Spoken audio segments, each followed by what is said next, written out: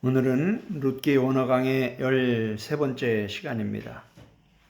오늘도 지난주에 이어서 룻기 1장 7절의 말씀을 우리가 함께 읽었습니다. 오늘 제목은 우셰테 칼로테하 그리고 두 며느리가 그리고 두 며느리도 이런 뜻입니다. 오늘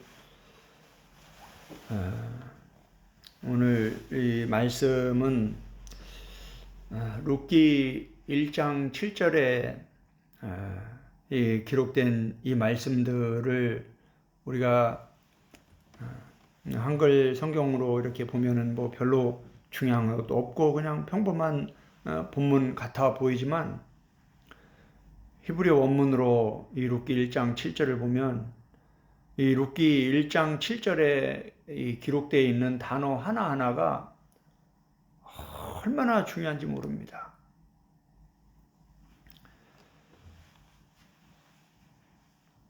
오늘 이 두 며느리라는 이 단어가 나오는데 우셰테 칼로테하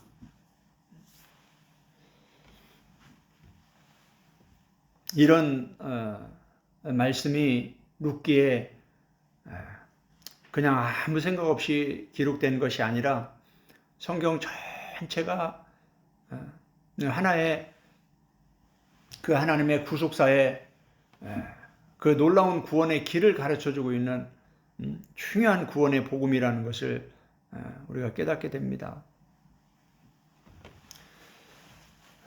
일반 성도들 뿐만 아니라 교사나 구역장, 셀 리더 또는 전도사나 목사나 선교사, 신학교수 특히 성경을 가르치는 이런 사역을 감당하고 있는 우리 그리스도인들에게는 정말 중요한 말씀이 있습니다.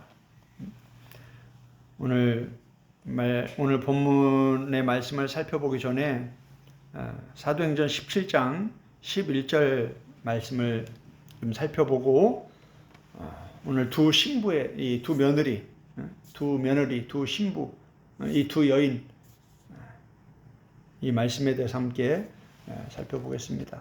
사도행전 17장 11절을 보면 초대교회 우리의 신앙의 모델이 초대교회죠. 처음 세워진 교회, 예수님이 부활 승천하신 이후에 처음 세워진 교회, 예수님이 부활 승천하신 이후에 처음 교회의 목사가 된 사도들, 처음 선교사가 된 사도들, 그분들이 세운 교회, 그분들이 세워가는 그 교회의 성도들, 그분들은 어떻게 신앙생활을 했는가?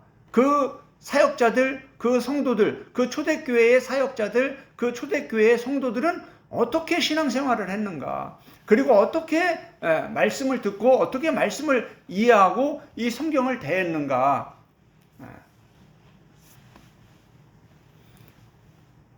사도행전 17장 11절에 정말 중요한 말씀이 기록되어 있습니다. 제가 읽겠습니다. 베레아에 있는 사람들은 데살로니가에 있는 사람들보다 더 너그러워서 첫 번째 어떻게 했냐? 간절한 마음으로 말씀을 받고 어떻게 했다고요? 그냥 말씀을 듣는 게 아니에요. 말씀을 들을 때 간절한 마음으로 말씀을 받았다. 이렇게 가르쳐주고 있습니다. 그리고 그거보다 더 중요한 게 있습니다. 간절한 마음으로 말씀을 받고 두 번째는 뭐냐면 이것이 그러한가 하여 날마다 성경을 상고함으로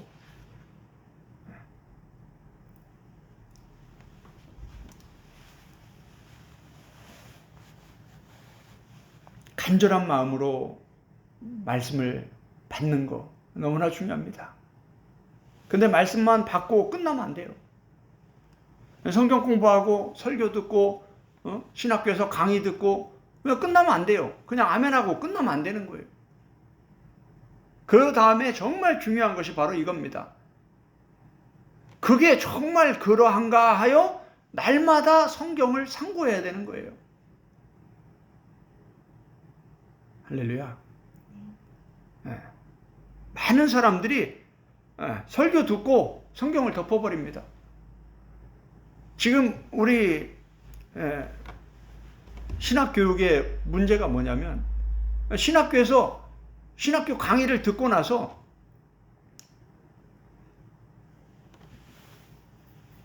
이 신학책들을 읽고 레포트를 쓰느라고 대학 배출러 오브 테올로지 신학 석사 4년 동안 그 졸업을 하면 이제 대학원에 가서 신학 석사 MDB 3년을 합니다. 그리고 나서 이제 강도사가 되고 목사가 되는 거예요. 일반 대학을 나온 사람들은 대학원 3년만 하고 목사 안수를 받습니다. 그런데 이 4년, 3년, 많게는 7년, 적게는 3년 이 기간 동안에 신학을 공부하면서 어떻게 되냐면 이 신학을 공부하면서 이 신학책을 읽고 레포트를 쓰느라고 성경을 읽을 시간이 너무 없어요. 그러다 보니까 어떻게 되냐면 신학은 많이 공부하는데 성경을 못 보는 거예요. 그래서 이제 신학을 졸업을 하고 나서 이제 목사 안수를 받고 나서 그때부터 이제 목사님들이 이제 목회를 하고 설교를 하고 성경 공부를 해야 되는데 설교나 성경 공부는 신학을 가지고 하는 게 아니라 성경을 가지고 해야 되는 거예요. 그러다 보니까 이제 거기서 이제 갭이 생기는 거예요. 모르는 게 너무 많은 거예요. 신학에서 성경 전체를 가르치지 않기 때문에. 그래서 이제 그때부터 목사님들이 이제 세미나를 쫓아다니고 성경 가르치는 데를 이제 찾아다니는 거예요. 그렇게 열심히 성경을 배우려고 이렇게 막 찾아다니시는 분들이 참 귀한 거예요. 그게 정상인 거예요. 왜냐하면 신학교에서 그렇게 성경 66권을 깊이 있게 가르치지 않기 때문에.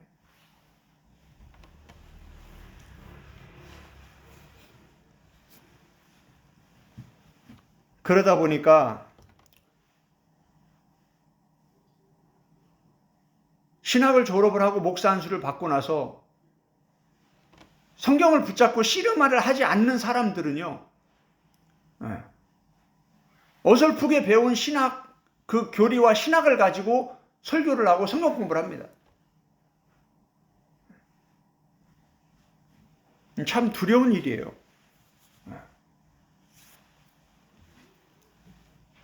그런데 지금 이 사도행전 17장을 보면 어떻습니까? 지금 뭐 사역자들, 목회자들, 신학생들 얘기가 아니에요. 일반 성도들을 향한 신앙이 어땠는가를 가르쳐주는 말씀이에요.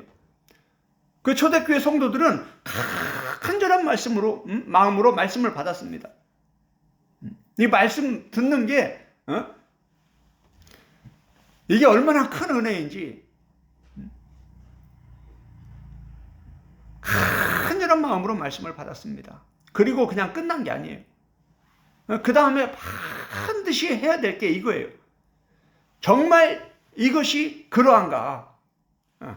목사님이 설교를 했고 신학교 교수님이 강의를 했으면 그걸 가지고 성경 창세기부터 계시록까지 성경 전체를 왔다 갔다 하면서 정말 성경이 그러한가 하면서 날마다 성경을 상고해야 되는 거예요. 우리는 이 후자, 이 날마다 그것이 정말 그러한가 날마다 성경을 상고하는 이 작업이 너무 부족해요.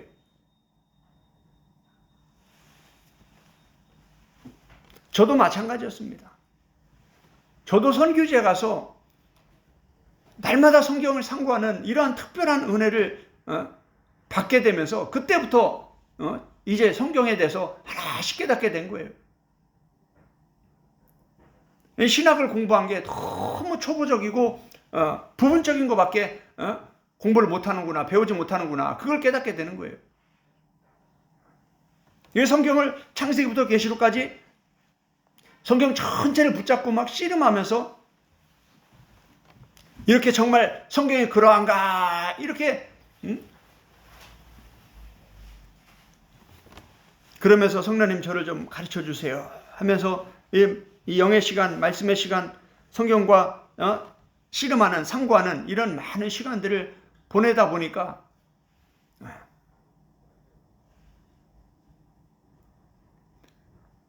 이 잘못된 내용들이 많이 있다는 게 드러나게 되는 거죠. 여기서 상고하니라, 날마다 상고함으로 라고 이렇게 기록이 되어 있는데, 이게 아나크라논테스, 이 현재 분사 능동태로 되어 있습니다.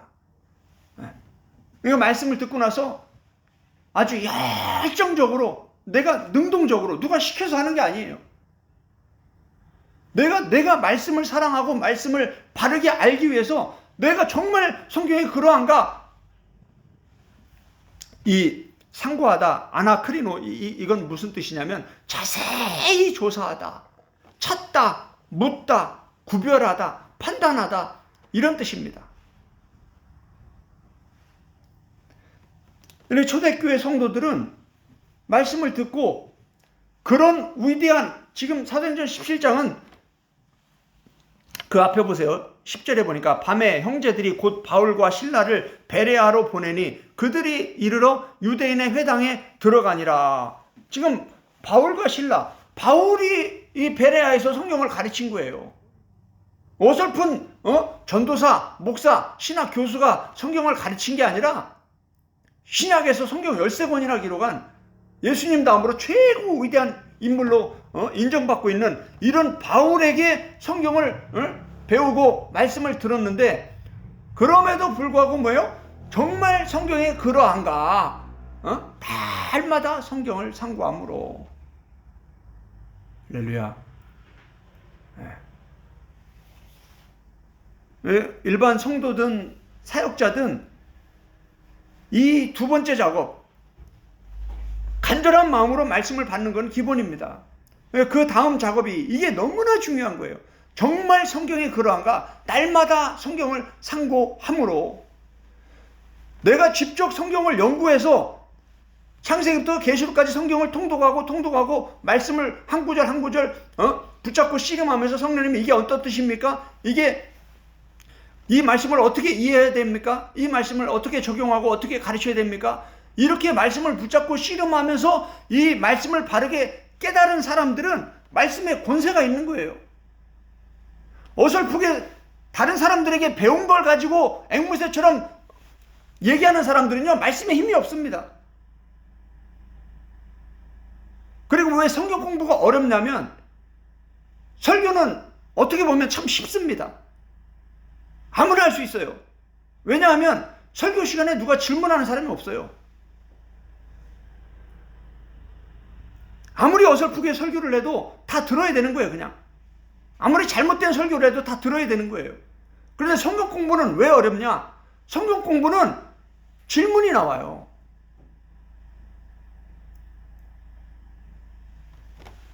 왜 우리 기독교가 이렇게 성경 공부를 안 합니까?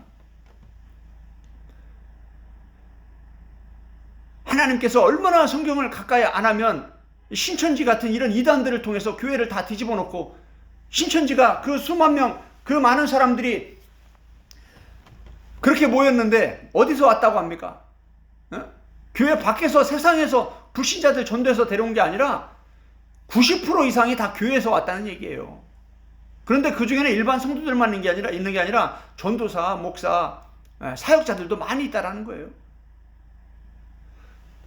그렇게 많은 사람들이 교회에서 신천지 이단으로 빠지고, 그런데 교회들이 대체적으로 하는 게 뭐냐면 교회 문 앞에다가 신천지 이단 출입금지 이것만 써놓는 거예요.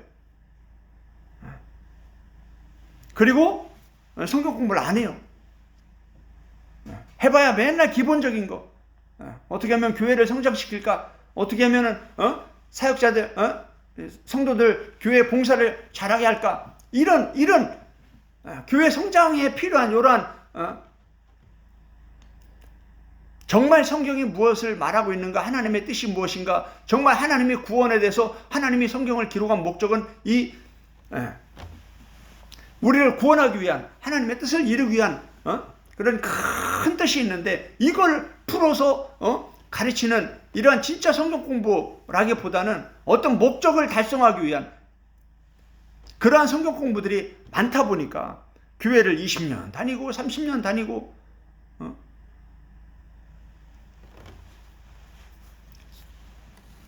우리가 사실 목회를 하고 선교지 다니면서 사역자들, 목회자들, 선교사님들 성경을 가르치다 보면 참 충격을 많이 받습니다. 정말 충격을 많이 받아요. 이렇게 우리가 성경을 안 읽는구나. 이렇게 우리가 성경을 가까이 하지 않는구나. 베레아 교회, 이 데살로니가 교회, 이 초대 교회에 있던 이 교회의 성도들보다도 못하게 우리가 신앙생활을 하고 있구나 하는 걸 깨닫게 됩니다. 너무 우리가 성경과 지금 멀리 와 있구나 하는 거를 성경을 보면 볼수록 깨닫게 되는 거예요, 우리는.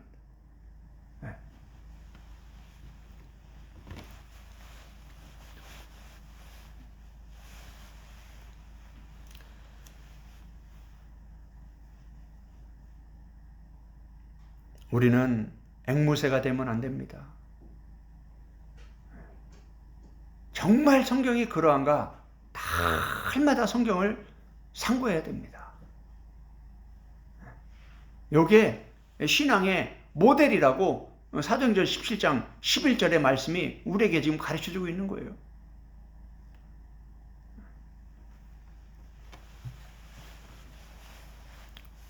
룻기 1장 7절로 다시 돌아옵니다. 룻기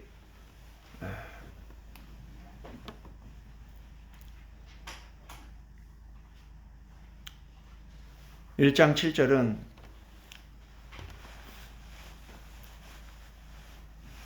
또 접속사 와우로 시작이 됩니다. 우셰테 칼로테하 그리고 두 여인이 두 신부가 두 며느리가 이렇게 이어집니다.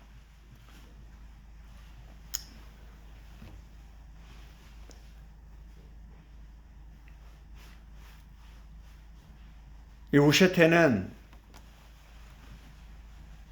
접속사 우와 쉐나임 두를 뜻하는 이 쉐나임이 합성된 단어이고, 이 칼로테아는 칼라라는 이 며느리, 영어로는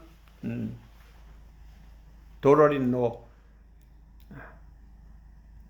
며느리, 자부라고도 하죠.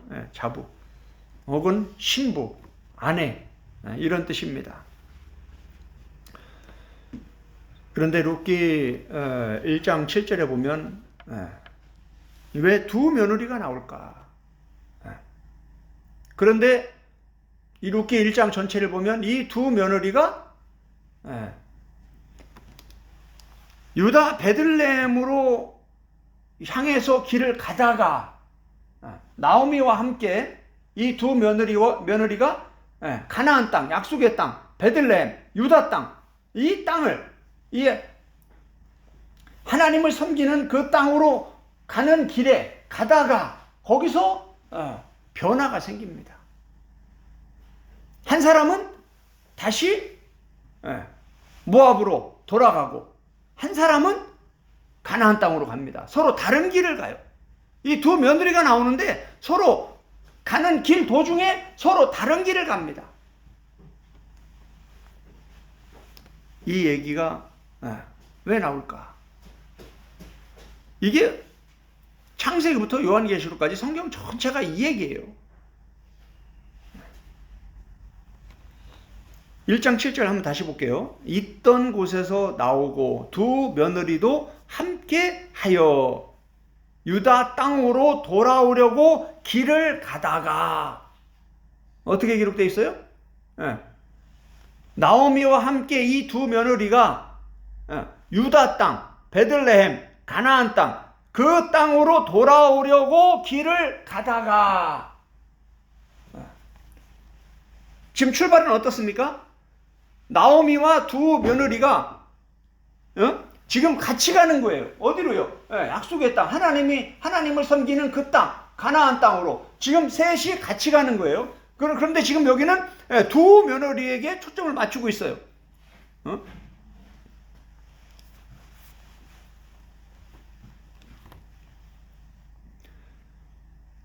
그러면서 8절에 보니까 나오미가 두 며느리에게 이르되 너희는 각기 너희 어머니의 집으로 돌아가라. 너희가 죽은 자들과 나를 선대한 것 같이 여호와께서 너희를 선대하기 원하며.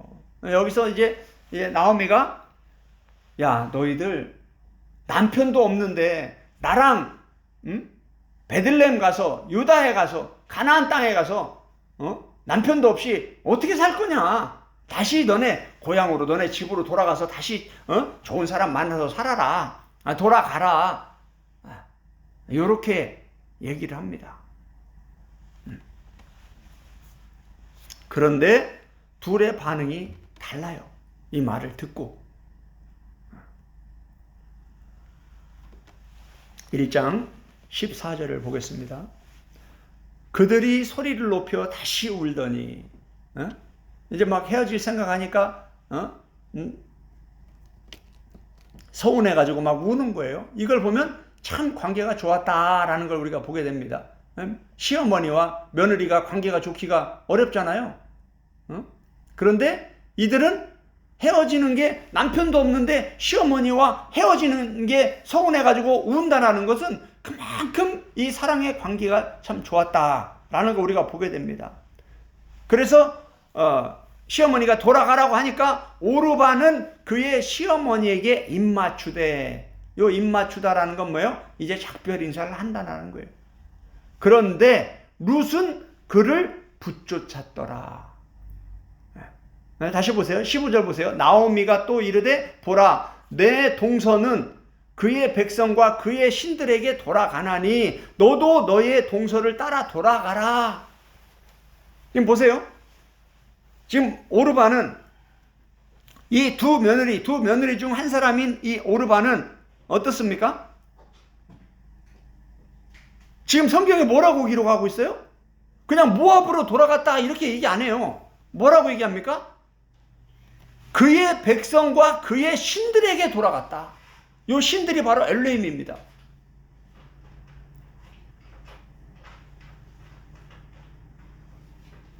그리고 이제 보세요. 룻은 다릅니다. 16절에 룻이 이렇게 얘기합니다. 룻이 이르되 내게 어머니를 떠나며 어머니를 따르지 말고 돌아가라 강권하지 마옵소서. 어머니께서 가시는 곳에 나도 가고 어머니께서 머무시는 곳에서 나도 머물겠나이다. 여기 이제 중요한 말씀이 또 나옵니다. 여기를 잘 보세요. 어머니의 백성이 나의 백성이 되고 어머니의 하나님이 나의 하나님이 되시리니. 아멘. 여기 하나님이 이게 뭐예요? 여기 엘로힘이에요. 이 두 엘로힘이 나오는 거예요. 우리가 작년에 1년 동안 이 창세기 1장 1절에 7단어 베레시트 바라 엘로힘 에타 샤마임 웨트 하레츠 이 창세기 1장 1절 원어 강해를 하면서 1년 이상 이 7단어에 대해서 말씀을 나누면서 이 엘로힘이 얼마나 중요한지 몇 주에 걸쳐서 이 말씀을 나눴습니다. 보세요. 오늘 룻기도 마찬가지입니다. 이 두 엘로힘에 관한 말씀이에요. 지금 오르바는 가나안 땅으로 가는 가는 길에서 다시 모압을 향해서 자기 백성, 자기 신들에게 돌아갔다. 이렇게 성경은 기록하고 있습니다. 그런데 룻은 어머니의 백성이 나의 백성이 되고 어머니의 엘로힘이 나의 엘로힘이 될 겁니다.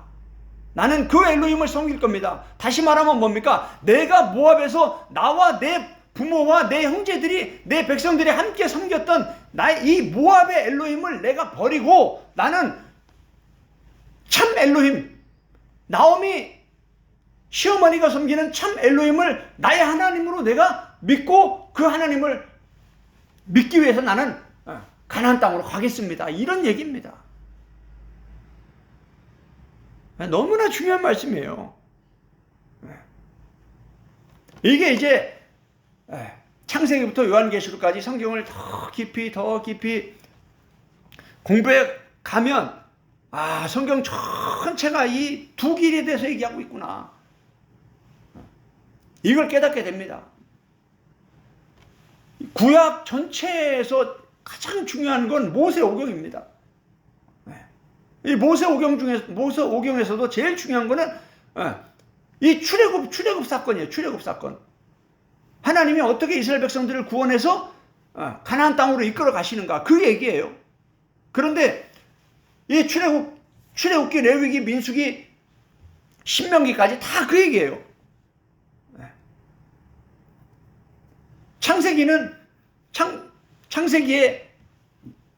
창세기의 내용은 하나님께서 아브라함을 부르시고 어떻게 하나님이 선민 이스라엘 민족을 만드시는가, 그 얘기예요. 그리고 이제 출애굽기 와서 이제 본격적으로 그 선민 하나님의 백성들, 아브라함의 자손들을 어떻게 구원해 가시는지, 어떻게 약속의 땅 가나안 땅으로 이끌어 가시는지, 어떻게 천국으로 이끌어 가시는지, 그 얘기, 하나님의 구속사에 관한 얘기예요. 그런데 참으로 놀랍게도 우리가 7단어의 비밀에서 다 함께 말씀을 공부했지만 어떻습니까? 애굽에서 지금 룻기도 똑같습니다. 모압이 나옵니다.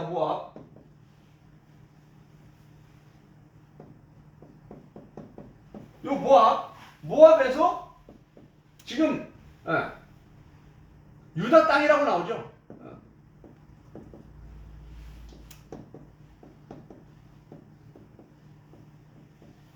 애굽에서 가나안 땅, 이거 같은 거예요. 여기 모압과 애굽은 이 세상을 뜻합니다. 세상.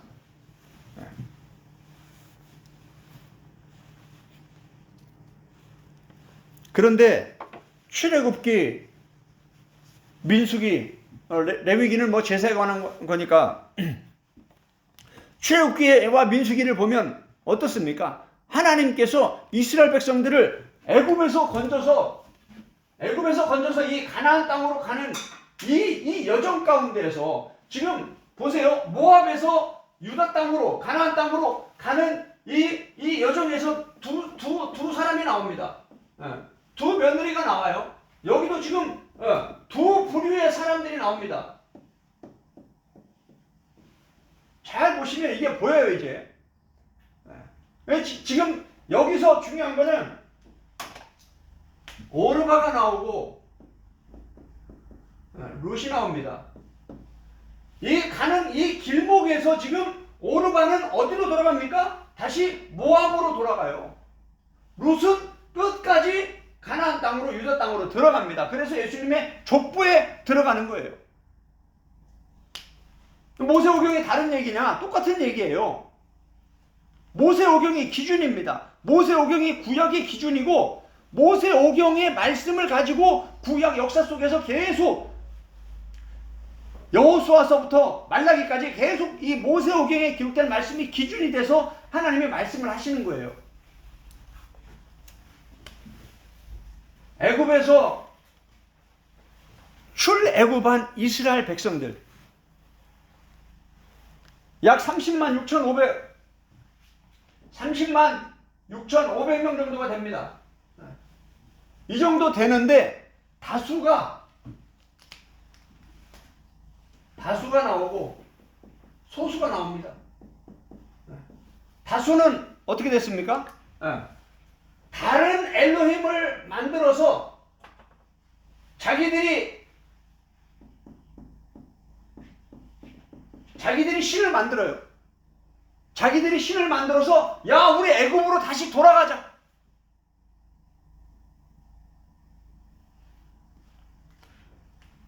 여호수아와 갈렙 이 두 사람만 아니다. 우리는 약속의 땅, 가나안 땅, 이 젖과 꿀이 흐르는 땅, 이 땅으로 우리는 들어가야 된다. 민수기 14장 가데스 바네아 사건, 너무나 중요한 사건입니다. 여기서 완전히 최종적으로 확 갈라져 버립니다.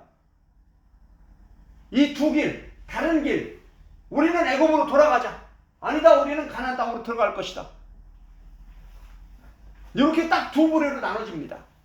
그래서 이 사람들, 이 60만 3,500명 정도가 되는 이 많은 사람들이 출애굽을 했는데도 뭐예요? 가나안 땅에 못 들어가고 우상 숭배, 자기들이 원하는 신을 만들어서 이게 우리 엘로힘이다 하면서 우상 숭배에 빠져버리니까 하나님이 광야에서 다 죽여버리는 거예요.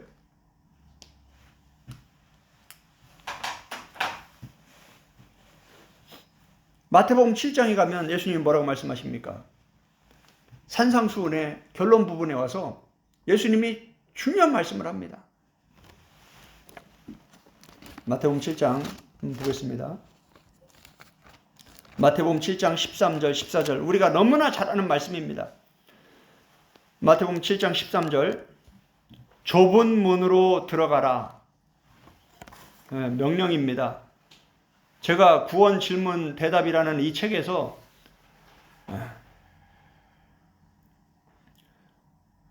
예수님이 왜 많은 사람들이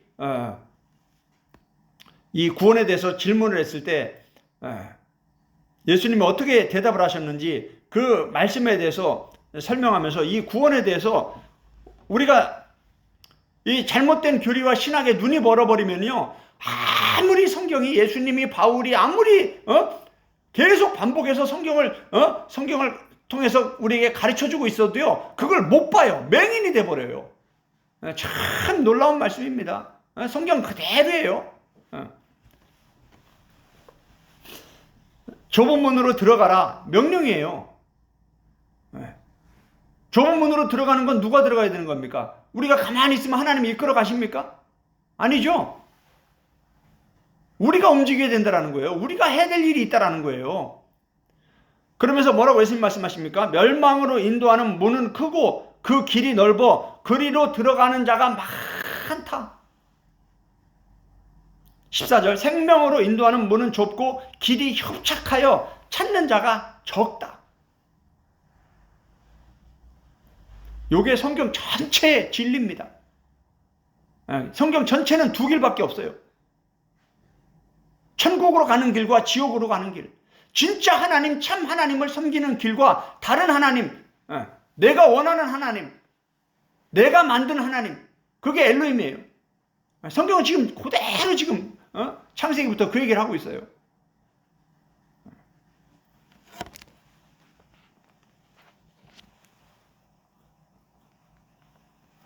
그러면서 예수님이 바로 말씀하시는 게 거짓 선지자들을 삼가라 하면서 많은 사람이 주여 주여 우리가 주의 이름으로 선지자들하고 귀신 쫓아내고 능력 행하고 많은 사람이 이렇게 열심히 하나님의 일을 했습니다 하는데 예수님 뭐라고 합니까? 너희들은 다른 길을 갔어. 멸망으로 가는 넓은 길을 간 사람들이야. 너희들은 천국과 관계가 없어. 내가 너희를 도무지 모르니 나를 떠나가라. 이렇게 예수님 말씀하고 계시는 거예요. 이게 지금 누구 얘기입니까? 지금 창세기부터 요한계시록까지 똑같이 지금 그 얘기를 하고 있는데 이게 누구냐? 넓은 길로 가는 자들이 누구냐 이거예요. 왜 좁은 길로 좁은 문으로 들어가라고 예수님이 명령하고 계시느냐? 이걸 잘 봐야 되는 거예요. 지금 이 모세오경의 이 출애굽 사건만 봐도 어떻습니까? 출애굽 이후에 많은 사람들이 그 출애굽한 사람들이 다 가나안 땅에 들어간 게 아니에요. 99.9%가 광야에서 다 다른 신을 만들어서 다른 신을 섬기다가 다른 길을 가고 말았어요. 그게 예수님이 말씀하신 멸망으로 가는 넓은 길이에요. 생명으로 가는 좁은 길은 뭐냐? 찾는 자가 왜 적다? 올리고스 아주 적다. 왜 적다고 하냐? 60만 3,550명 중에 2명, 모세까지 하면 3명. 얼마나 적습니까? 그런데 우리는 너무 구원을 쉽게 얘기해요. 너무 구원을 쉽게 얘기해요. 예수님 믿으면 그냥 다 천국 간다고. 그 예수님을 믿는 그 여정 가운데 얼마나 그 험한 그 길을 다 가고 요한계시록에서 뭐라고 얘기합니까? 예수님 믿는 사람이 천국 들어간다고 합니까? 아니죠. 이기는 자는 천국에 들어간다 이렇게 얘기하고 있어요. 왜 그렇게 얘기하냐? 이기지 못하고 지는 사람들이 많기 때문이에요.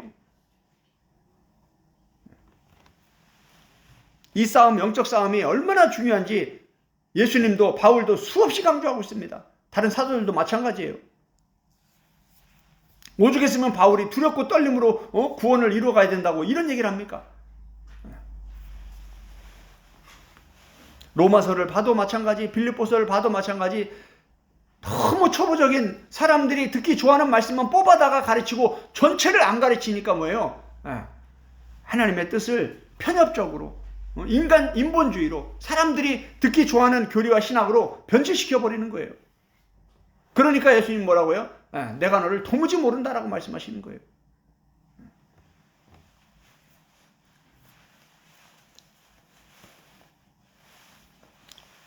로마서를 보겠습니다.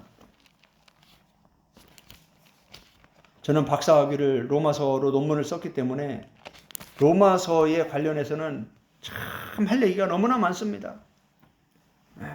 로마서가 너무나 중요하죠. 로마서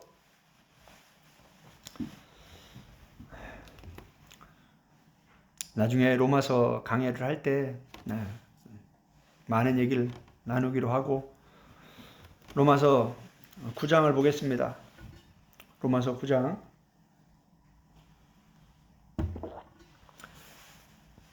로마서 9장 13절에 보면 기록된 바 내가 야곱은 사랑하고 에서는 미워하였다 하심과 같으니라 이런 말씀이 나옵니다. 두 아들이 나오죠. 두 아들 이삭의 두 아들이 나옵니다. 이삭에게 두 아들이 나오는데 그 이름은 에서와 야곱입니다. 두 아들이 나오는데 하나님이 지금 뭐라고 말씀하십니까? 내가 야곱은 사랑하고 에서는 미워하였다.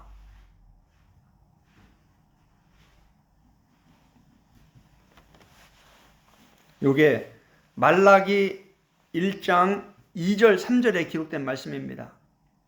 바울이 구약 성경에 기록된 말라기 선지자가 기록한 이 말씀을 가져다가 인용을 하고 있는 거예요.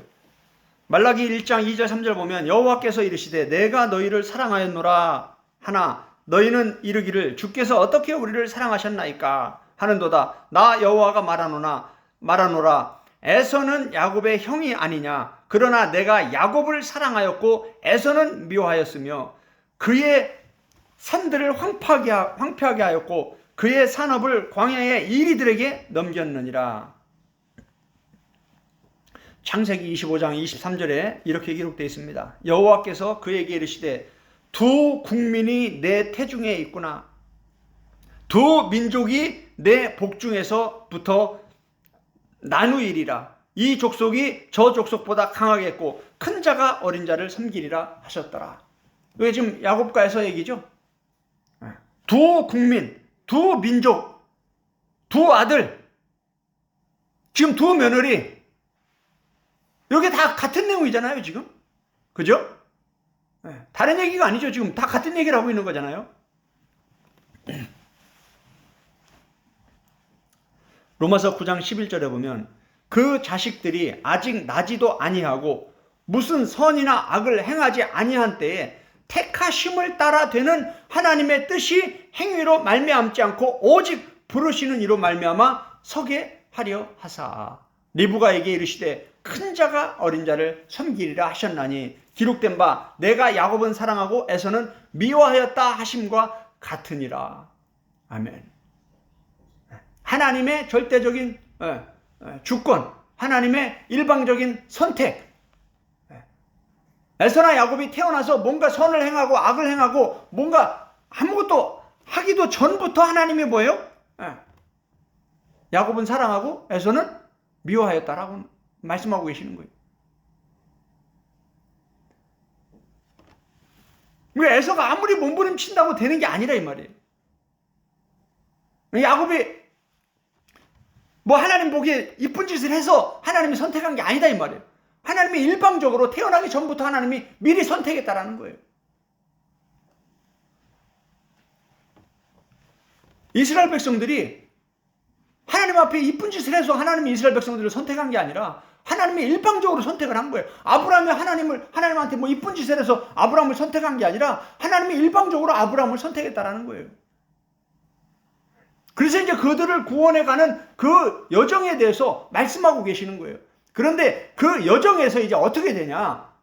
하나님이 선택한 이스라엘 백성들이 하나님의 선민들이 다 가나안 땅, 약속의 땅, 천국으로 들어가는 게 아니라 그 여정에서 많은 사람들이 부패하고 타락해서 다른 엘로힘을 섬기고 다른 신을 섬기고 우상 숭배에 빠져버리니까 뭐예요? 멸망의 길로 가버렸다. 성경은 지금 그 얘기를 하고 있는 거예요. 이렇게 수없이 똑같은 얘기를 반복하고 있는데도 이 교리와 신학에 갇혀있는 이 많은 사역자들, 많은 그리스도인들 아무리 얘기해도 못 알아듣습니다. 저도 그랬어요. 저도 이 틀이 깨지는데 몇 년 걸렸어요. 성경을 읽는데 계속 이런 말씀이 기록돼요. 성도님, 이런 말씀은 무슨 뜻입니까? 어떻게 이해를 해야 됩니까? 이런 어려운 말씀들이 있는데 어디 교수님, 목사님 누구한테 물어봐도 속 시원하게 대답해 주는 사람이 없어요. 성경을 파고 파면서 성령님 저를 좀 가르쳐 주세요. 성령님이 가르쳐 주기 시작하면서 그때부터 이제 막 폭죽이 터지기 시작하는 거예요. 아, 이 성경이 이걸 말하고 있는데 이걸 깨닫지 못하고 있었구나. 이게 그냥 되는 게 아니에요. 하루아침에 되는 게 아니에요. 다 할마다 성경을 상고하니라. 요한복음 14장 24절에서 누가 예수님을 사랑하는 사람이냐? 말씀을 소유하고 지키기 위해서 몸부리치는 사람, 그 사람이 예수님을 사랑하는 사람이다. 나도 그를 사랑하고 그가 아버지도 그에게 그를 사랑할 것이다. 그래서 내가 그에게 나타낼 것이다.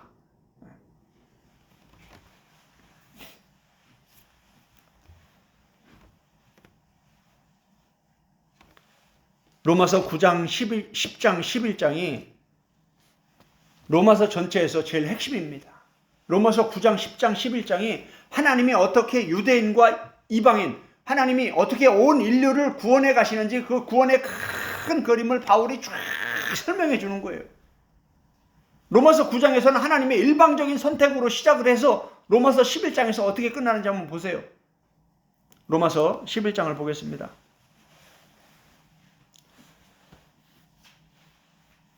로마서 11장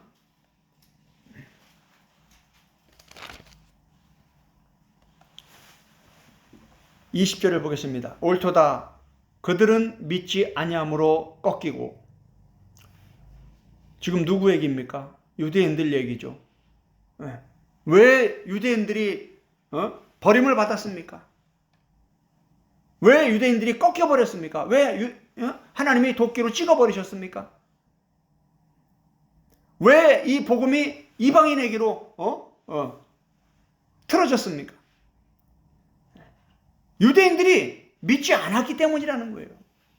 이건 이제 믿는다는 게 뭔지, 이게 7단어의 비밀에서 이걸 공부를 해야 돼요.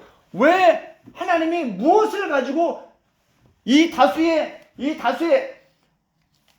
이스라엘 백성들에게 왜 그들이 나를 믿지 아니하였다, 그들이 나를 멸시했다, 이 말을 왜 하셨는지, 그게 믿음이 뭔지를 하나님이 무엇을 가지고 믿는지 안 믿는지를 판단하는지를 알아야 믿음이 뭔지를 알고 믿음으로 구원받는다는 말이 무슨 뜻인지 이제 아는 거예요.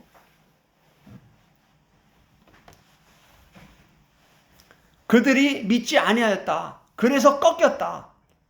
왜? 너는 지금 믿기 때문에 너희는 서 있다. 그런데 어떻습니까? 높은 마음을 품지 말고 도리어 두려워하라. 하나님이 원가지도 아끼지 아니하였은즉 너희도 아끼지 아니하시리라. 22절에 그러므로 하나님의 인자하심과 준엄하심을 보라. 두 가지가 있습니다. 인자하심이 있고 준엄하심이 있어요. 인자하심은 무한한 사랑이에요. 준엄하심은 뭡니까? 아주 엄한 심판이에요. 이 두 가지를 보라는 거예요. 넘어지는 자들에게는 준엄하심이, 엄한 심판이 있고, 너희가 만일 하나님의 인자하심에 머물러 있으면 그 인자가 너희에게 있으리라. 그렇지 않으면 너희도 찍히는 바 되리라. 너희도 하나님이 원가지도 찍어버리셨는데 젖까지 부침받은 너희 이방인 너희도 찍어버리실 것이다. 어떻게 하라는 거예요? 붙어 있으라는 거예요. 믿음을 굳게 지키라는 거예요. 영적 싸움에 이겨야 된다 이 말이에요. 23절 그들도 믿지 아니하는데 머무르지 아니하면 접붙임을 받으리니 이는 그들을 접붙이실 능력이 하나님께 있음이라.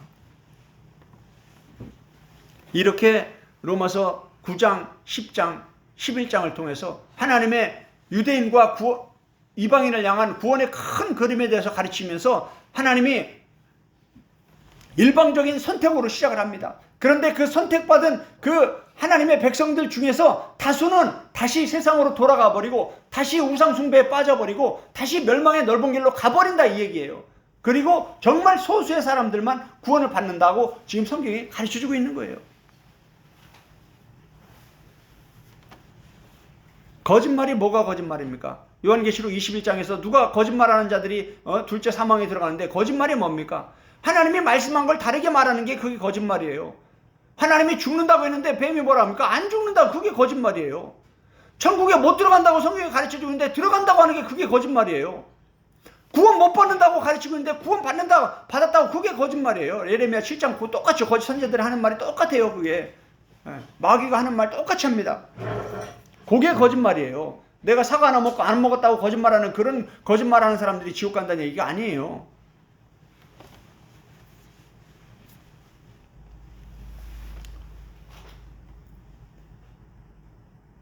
로마서 11장에 이 본문을 한번 주석을 한번 잘 살펴보세요.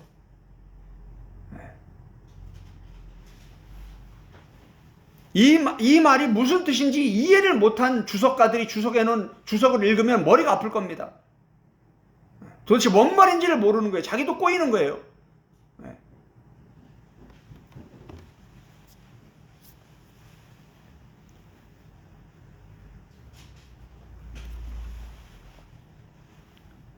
그래서 성경은 어린아이들이 먹는 젖의 말씀, 초보적인 말씀이 있고 장성한 자들이 먹는 단단한 말씀, 밥의 말씀이 있습니다. 성경 전체를 보지 못하면 늘 유치원 어린아이처럼 맨날 초보적인 얘기, 그 얘기만 하다 끝나는 거예요. 성경을 전체를 보지 못하고 부분적인 것만 보고 이게 진리다, 복음이다, 구원이다 이러고 끝나는 거예요. 하나님이 뭐라고 합니까? 엄하게 책망하시죠. 너희가 마땅히 선생이 되는데 아직도 초보의 어린아이 상태에 머물러 있다고.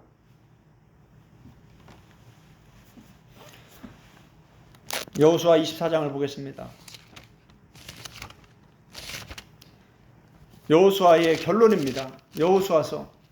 이 여호수아서가 뭡니까?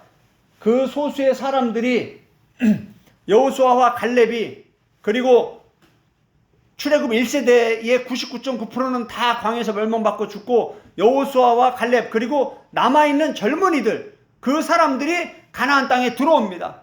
그래서 여호수아가 리더가 돼서 모세의 리더십을 이어서 여호수아가 리더가 돼서 그 출애굽 2세대들과 함께 여호수아의 역사가 기록이 됩니다. 그러면서 이제 마지막에 여호수아 마지막 24장에서 뭐라고 얘기하고 여호수아가 끝나는지 한번 보세요.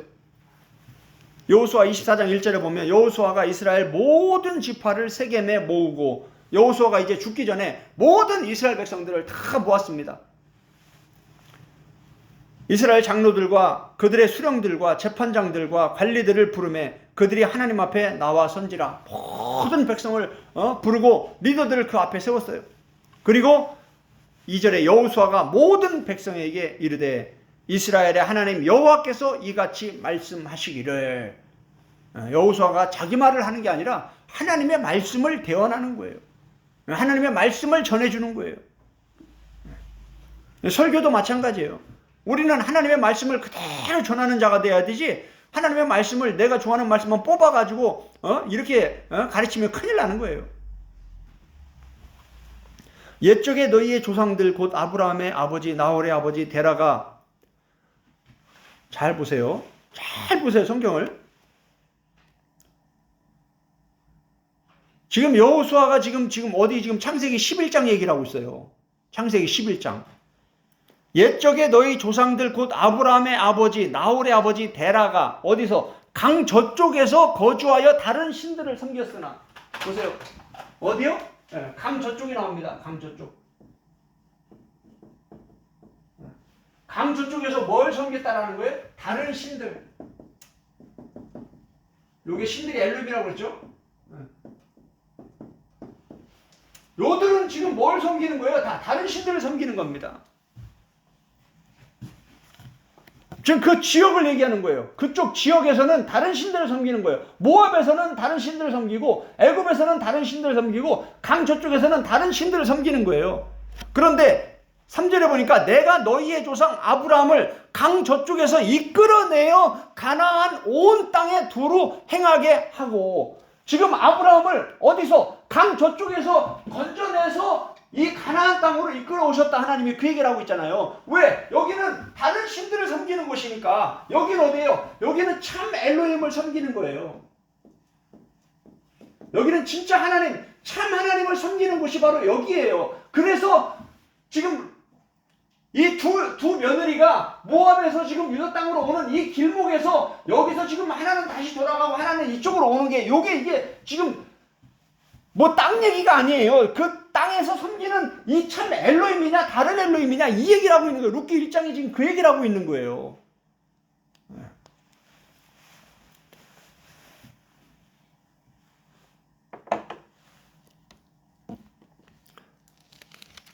그러면서 이제 그렇게 행하고 그의 씨를 번성하게 하고 그에게 이삭을 주었고 이삭에게 야곱과 에서를 주었고, 나오죠. 두 아들이 이제 나오죠. 쭉 나옵니다. 그러면서 이제 14절 보겠습니다. 여호수아 24장 14절. 그러므로 이제는 여호와를 경외하며, 지금 이 창세기부터 신명기까지 구약 역사를 쫙 지금 1장 안에서 이 몇 절 안에서 여호수아가 다 정리를 한 거예요. 구약의 역사 속에서 하나님이 이렇게 역사하셨으니, 결론입니다. 14절. 그러므로 이제는 여호와를 경외하며 온전함과 진실함으로 그를 섬기라. 너희의 조상들이 강 저쪽과 애굽에서 섬겼던 신들을 보세요. 강 저쪽과 애굽에서 섬겼던 신들이 뭡니까? 이게 다른 엘로힘이에요. 다른 신들, 다른 엘로힘. 이 신들을 어떻게 하라고? 이 신들을 치워버리고, 그리고 뭐하라? 여호와만 섬겨라. 여호와만 섬겨라. 참 엘로힘만을 섬겨야 된다. 지금 결론이 지금 그 얘기예요. 지금 여호수아 전체 결론이 지금 요 얘기예요. 두 엘로힘에 대한 얘기예요. 만일 여호와를 섬기는 것이 너희에게 좋지 않게 보이거든 너희 조상들이 강 저쪽에서 섬기던 신들, 계속 지금 반복된다는 건 뭐라고 그랬어요? 중요하다는 얘기예요. 하나님이 수많은 이 선택받은 하나님의 백성들이 다른 신들을 섬겼다라는 거예요. 너희 조상들이 강 저쪽에서 섬기던 신들이든지, 지금 너희 조상들은 지금 누굽니까? 창세기, 출애굽기, 레위기, 민수기, 신명기 나오는 지금 이스라엘 백성들, 선민 이스라엘 백성들, 그들이 섬겼던 그 신들, 또는 너희가 거주하는 땅에 있는 아모리 족속의 신들, 지금 너희가 가나안 땅에 들어왔는데 이 가나안 땅에 이방 민족들이 있죠. 아모리 족속들은 지금 그들의 신을 섬기고 있는 거예요. 그 엘로힘들을 너희가 섬길지를 오늘 택하라. 할렐루야. 뭐 하라고요? 네가 택하라는 거예요. 네가 택해라. 이제 하나님이 택했으니까 끝나는 게 아니라 우리도 택해야 된다라는 거예요. 하나님이 택하면 끝납니까? 그냥 이스라엘 백성들이 하나님이 택해서 그냥 가나안까지 쑥 들어갑니까? 아니죠. 그 중에서 계속 불순종하니까, 하나님 말씀 안 듣고 무시하고 외면하고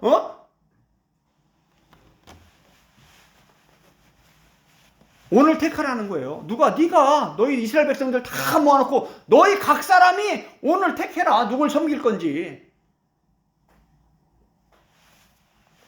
백성이 대답하여 이르되 우리가 결단코 여호와를 버리고 다른 신들을 섬기지 아니하오리니. 여호수아는 뭐라고 얘기합니까? 오직 나와 내 집은 여호와를 섬기겠노라. 우리도 그렇게 하겠습니다. 그런데 어떻습니까? 사사기에 가니까 이 신앙 고백이 그대로 됩니까? 아니면 계속 우상 숭배에 빠집니까? 우리 신앙 고백이요. 은혜가 충만할 때는 아이고 하나님 사랑합니다. 하나님 좋습니다. 찬양할 때는 우리가 하나님을 뜨겁게 사랑하는 것 같은데 우리 삶 속으로 가면 언제든 나도 모르게 이렇게 또 우상 숭배에 쑥 빠져버려요.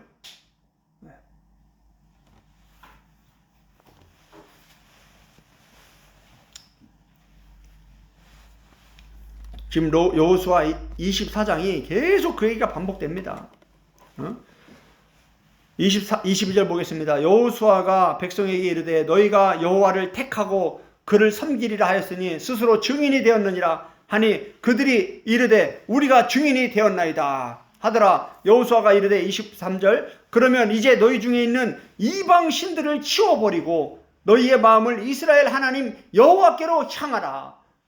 두 엘로힘이 나오잖아요. 이방 신들, 요게 이방 엘로힘들, 이스라엘의 하나님, 이스라엘의 엘로힘, 이 다른 이방 엘로힘을 버리고 참 이스라엘의 엘로힘을 너희 하나님으로 삼고 그분에게 향해라 이거예요. 그분을 택하고 그분에게 향하라 이거예요.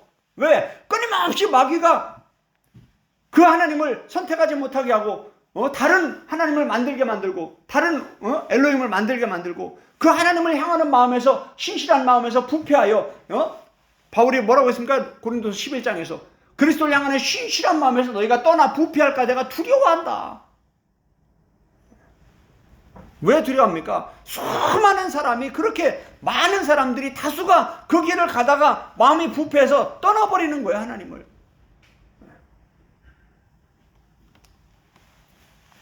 그런데 참 놀라운 것은 본인들이 하나님을 버렸다는 걸 깨닫지 못합니다. 본인들이 하나님을 믿지 않고 있다는 걸 깨닫지 못해요. 참 놀랍습니다. 성경을 보면. 그래서 이게 미혹이라는 게 참 무서운 거예요. 마귀의 전략이 뱀이 하와를 미혹한 것 같이 너희를 미혹하여 너희가 그리스도를 향하는 신실함과 신실함에서 떠나 부패할까 내가 두려워하노라. 바울이 이런 말을 그냥 한 게 아니라 바울은 구약과 신약 성경 전체를 통달하고 있기 때문에 예수님처럼 그 말씀 한마디에 성경 전체가 다 요약이 되어 있는 거예요.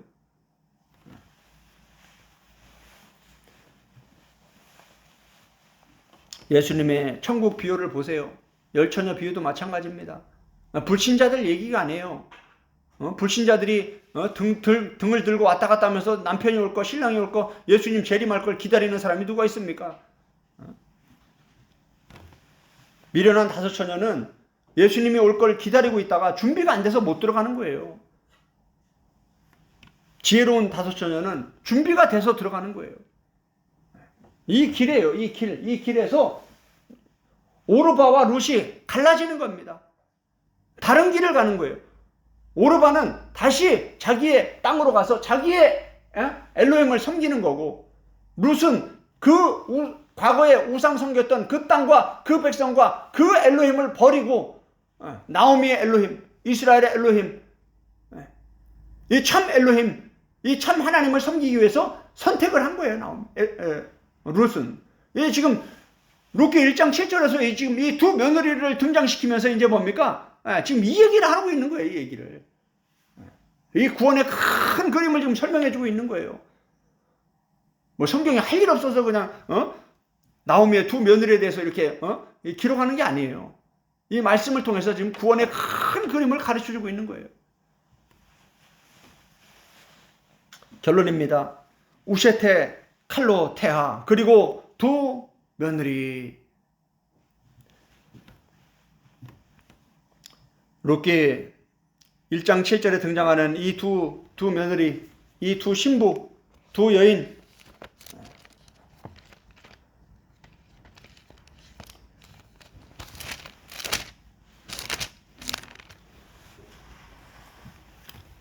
처음에는 둘 다 함께 유다 땅으로 돌아가는 길을 가고 있었습니다. 그런데 그 길 도중에서 나오미가 야, 너희 이제 너네 땅으로, 너네 백성으로, 너네 신들에게로 돌아가라. 그렇게 하니까 오르바는 입맞춤을 하고 울면서 자기 백성과 자기 엘로힘에게로, 자기 신들에게로 돌아갔습니다. 그런데 룻은 나오미의 백성과 나오미의 엘로힘이 나의 백성이 되고 나의 하나님이 될 것이라고 굳게 결심하고 참 엘로힘을 선택을 했습니다. 서로 다른 길을 가는 거죠. 그 길을 얘기하는 겁니다. 룻기에 이런 말씀이 기록된 것은 구약과 신약, 성경 전체에 계속해서 반복되고 있는 천국과 지옥 두 나라에 관한 구원의 복음입니다. 결국 성경은 멸망과 생명의 두 길에 관한 하나님의 구속사에 관한 말씀입니다. 나와 여러분이 예수 그리스도의 십자가의 사랑을 체험하고 성령으로 거듭나 생명으로 가는 좁은 길을 향해 가고 있다면 우린 특별한 구원의 은혜를 받은 자들입니다. 저와 여러분이 선택을 받았다는 것은 우리가 뭐 착한 일을 해서 선을 행해서 하나님을 기쁘시게 해서 우리를 선택하신 게 아니라 우리가 태어나기 전부터 하나님은 일방적으로 우리를 선택을 하신 거예요. 예수님이 믿어진다는 건요, 이게 누가 협박해서 되는 것도 아니에요. 돈을 1억 1,000만 원 준다고 해서 그걸 믿는 것도 아니에요. 예수님이 믿어진다는 건 은혜입니다. 할렐루야. 하나님이 우리를 선택하셨구나. 태어나기 전부터 하나님이 우리를 선택하셨구나. 우리는 특별한 선택을 받은 하나님의 자녀들이구나. 그걸 감사하게 되는 거예요. 그게 끝이냐? 아니죠. 이제 치열한 싸움을 싸워가야 되는 거예요. 이제 삶 속에서. 이 두 길 여정에서. 끝없이 끝까지 예수님을 따라 성령님을 따라 하나님의 말씀을 따라 하나님과 함께 동행하며 그 좁은 길을 완주하여 가나안 땅에 들어갈 것이냐? 아니면 그 중간에서 광야에서 여러 가지 문제들로 인해서 원망 불평하며 우상을 만들어서 이게 나의 하나님이다 하면서 내 뜻을 이루기 위해서 다시 애굽으로 돌아갈 것이냐, 다시 세상으로 돌아갈 것이냐, 이 싸움이에요. 그 싸움에서 우리는 승리를 해야 되는 겁니다. 그럼에도 불구하고 아직 남은 여정에서 영적으로 깨어 마귀를 대적하며 영적 싸움을 싸워야 하는 이유는 이 길에서 타락하여 다시 세상으로 돌아가는 이러한 다수의 많은 사람들의 이야기가 성경에 기록되어 있기 때문입니다.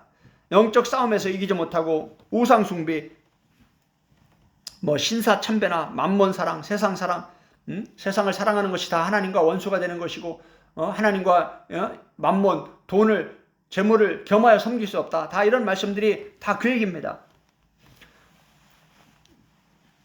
우상 숭배나 믿음을 떠나는, 배반하는 그러한 여지가 있기 때문에 두렵고 떨림으로 구원을 이루라고 바울은 가르쳐주고 있는 겁니다. 바울은 디모데후서에서 내가 달려갈 길을 다 마치고 선한 싸움을 다 싸우고 믿음을 끝까지 지켰으니 할렐루야.